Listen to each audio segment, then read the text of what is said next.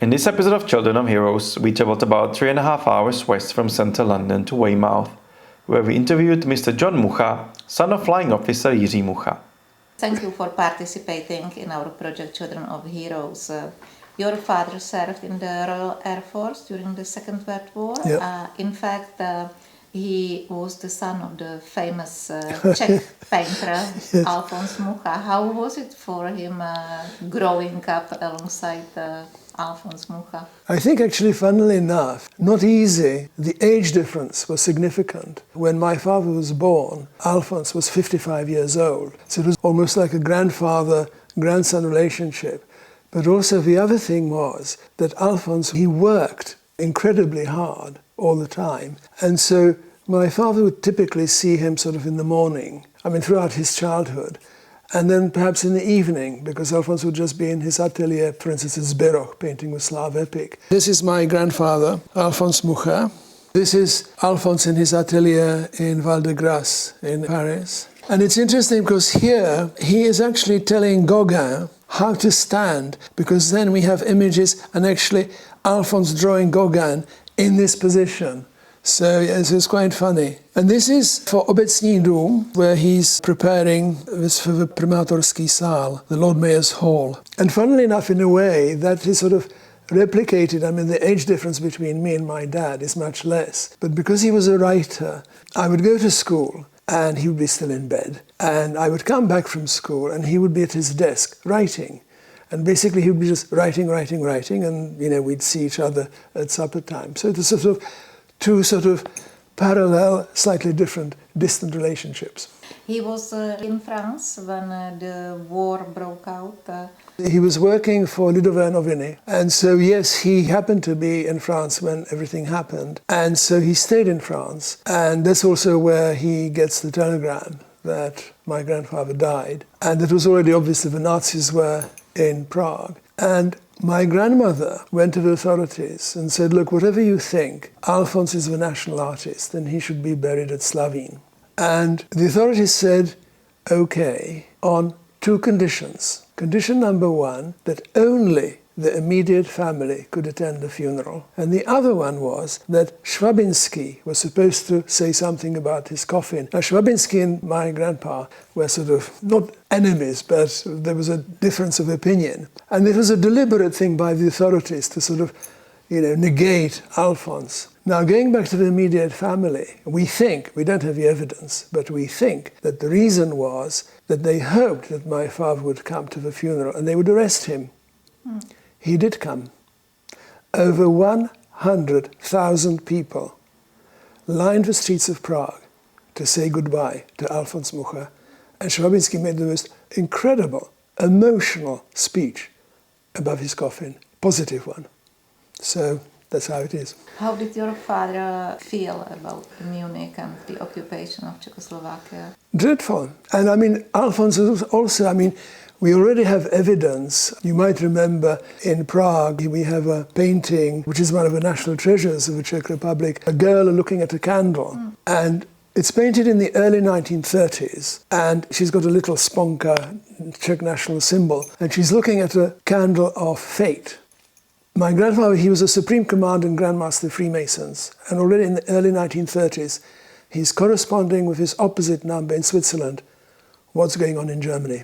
And obviously when the Germans came in, it broke his heart.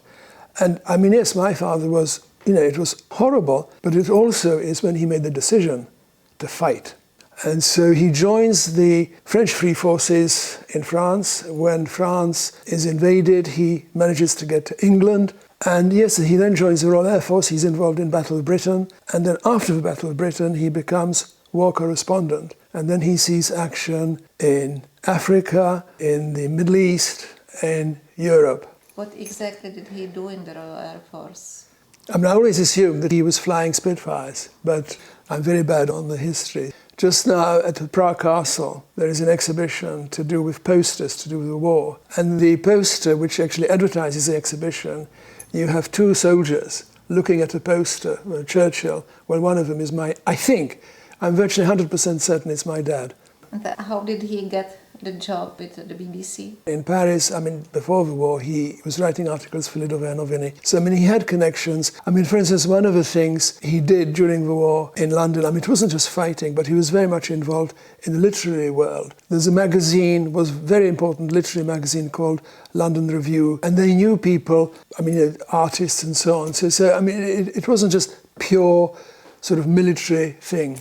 And so this is, for instance, in that war correspondent function, where he is in Saudi, dressed sort of a la Lawrence of Arabia. While living in France, he married famous Czechoslovak composer, Vítka Kaprálová, but she died soon after. That's right, yes, she had TB, I remember a very aggressive one. And yes, she did. And it's quite funny that, she was obviously, great composer. It's very sad she died because she probably would have been one of the very, very important composers. And then some years later, my father meets my mum, and she's also a composer. What was the story about?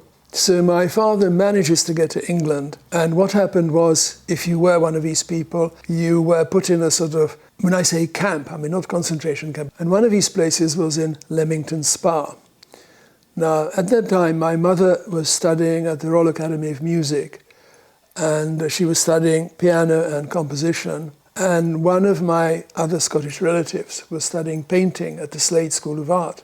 And it was at that point where all students who were doing painting in London were taken to Leamington Spa to paint war camouflage, getting ready for forces to move across the channel. And so my Auntie Hope phoned my mum and said, "Geraldine, why don't you come to Leamington Spa? There's going to be a party." So my mother went to Leamington Spa, and there was a blackout, so they're trying to find where this place is. They're being approached with a young man, still in the uniform of French Free Forces. So they addressed him in French, he addressed them in English. And the important thing is, my mum comes from a very, very old Scottish family, and already then it was expected that she would marry somebody suitable. 2 weeks later, that was my dad. They got married. After my father's death, and mum is in Prague, and the journalist would say, "Mrs. Mucha, how did you meet your husband?" "I picked him up in the street in Leamington Spa."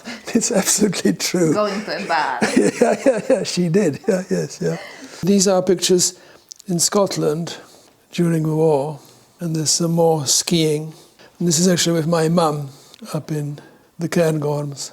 She followed your father to Prague after the end of the war.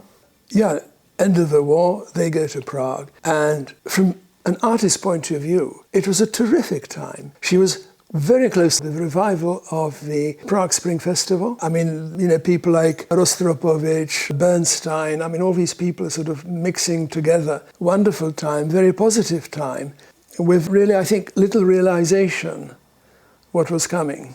And they also have a cottage, and the cottage is in Železná Ruda, because they were empty. This was where, Sudeten Germans were moved out. So we moved in, that's the cottage, and that's where when I was 2 years old plus, before it became military zone. And then here's another one that's actually inside Železná Ruda with tiny me. And then, of course, 1948 came.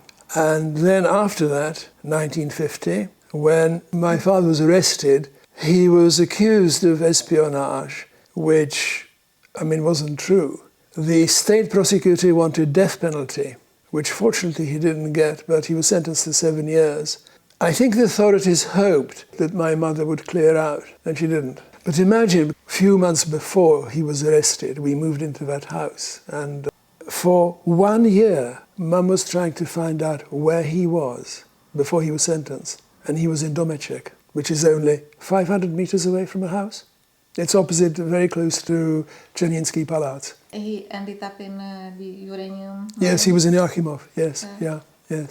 And what happened after? Well, as a boy, actually, people say, "What's your first memory of your dad?" And that's actually Jáchymov. Because, I mean, when he was sentenced, I was 2 years old. And I remember, it's odd. My memory of it is like something from the film Dr. Zhivago, where Mum and I are, beautiful day like this, we're in a train, going along somewhere, and then we standing outside, there's a huge fence, and lots of women and children, and we're sort of standing for hours, very boring. And then we go in, there's this huge hall, and this person who's unshaven, who smells, picks me up and tries to give me a kiss. And I sort of push him away. There's my dad. And that's, I think for a lot of kids, it must have been, well, let's put it differently, not ideal childhood. Yeah. And when he came back from Jáchymov, what did he do? He wrote. Of course, that was very difficult because he couldn't publish, but he was also translating. And also, to a degree, Mum was working as well, so sort of trying to, keep things going. But it was principally translations, and parallel with that, he was writing, and eventually, as things improved, things started being published. You were born in London, yes, but raised in Prague. Yeah. How was it to be raised in Prague with such a famous name? Well, at that time it was infamous. Mucha, petit bourgeois, irrelevant, disgusting art, whatever. I mean, basically what happened was, Mum is pregnant before 48. January 48, one of my Scottish relatives, who was very high up in the BBC, came to Prague, and he said, something's going to happen here. Nobody knows what, but something will happen here. It would be a good idea for the baby to be born in England. Because in those days, it automatically meant you got a British citizenship. So February came, Mum cleared out with me. I mean, it was relatively easy for her still then. March, April, I was born in May. And then I think it was in November 48, we came back, and the Iron Curtain came down.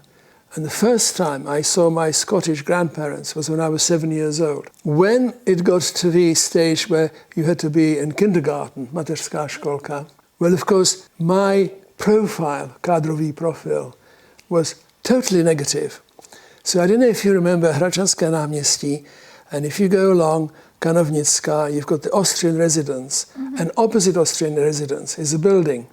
Well, that, in 1952 or whatever, was a kindergarten, where I was with Kinski, Schwarzenberg, all these people. So we were the sort of, the negative, whatever. And then school, so I was at the school Pohořelec, and where we live now, and since 1950, so then a little bit same sort of complex, a family called Jelínek, who were very closely connected, historically, with the church. And Pepík, who's the same age as I, basically we were the last two who were not allowed to be pioníři. And eventually when it had to be 100%, so finally, we were allowed to be pioneers, pioníři. You emigrated to the UK when you were 18 years old? Yes, I suppose you could call it emigration, because already for me, to get to the next stage of education before university was virtually impossible. And again, because of the kádrový profile, it was made very clear that there was no way I could go to higher education. And the other thing is, I was interested in economics. As I say, I saw my Scottish grandparents when I was 7, then I was allowed again when I was 13, and again when I was 15. And when I was 13, I think, and we have a family home in Scotland, so I'm there, and I see my grandmother looking at the newspaper, and there's sort of written columns and figures. And I said, Granny, what are you looking at? And she said, I'm looking at the price of my shares. Now, what does pioneer know about shares? So I said, so she explained, and there's one particular holding which I have to this day, Rio Tinto Zinc, RTZ, which is one of the biggest mining companies in the world. And that got me interested. So coming to the age of 18, had I been able to study economics in Prague, I wasn't really interested in whatever, communist, whatever. Yeah. Exactly. I was interested in the filthy capitalist, whatever. And so then I studied economics and things in England, yes. So I sort of cleared out. And had I emigrated, in a way, in the true meaning of the word, it would have made life, I think, quite difficult for my parents. Because my parents were still in Prague. And so, I mean, I did everything I explained, you know, because I'm half British. And so it was slightly easier, I think, for me and also for my parents in order to sort of balance it out, yeah. And you became a banker in London? In London, yes. I started with Coutts & Company, where, in fact, in certain parts of Coutts & Company, you had to sign the Official Secrets Act. Coutts & Company are also bankers to the royal family. And if you survived the first year, which I did, then all the employees got a frock coat, which is sort of, you know, long coat, which you had to wear in the thing. I still have it. It's black one? Or? Yes, yeah. I still have it in Scotland, and I use it for gardening. So it's fine. And then I went to Williams & Glyn's, which now is National Westminster. That's where I actually started doing international banking. And I did, in fact, also on that side, you know, some involvement with Czechoslovakia. For instance, on one occasion organizing, this is at a time, it was interesting, at a time where Comecon, within the Comecon, Poland found it difficult to borrow money because they borrowed so much. So they would go to other countries, they would borrow and pass the money up.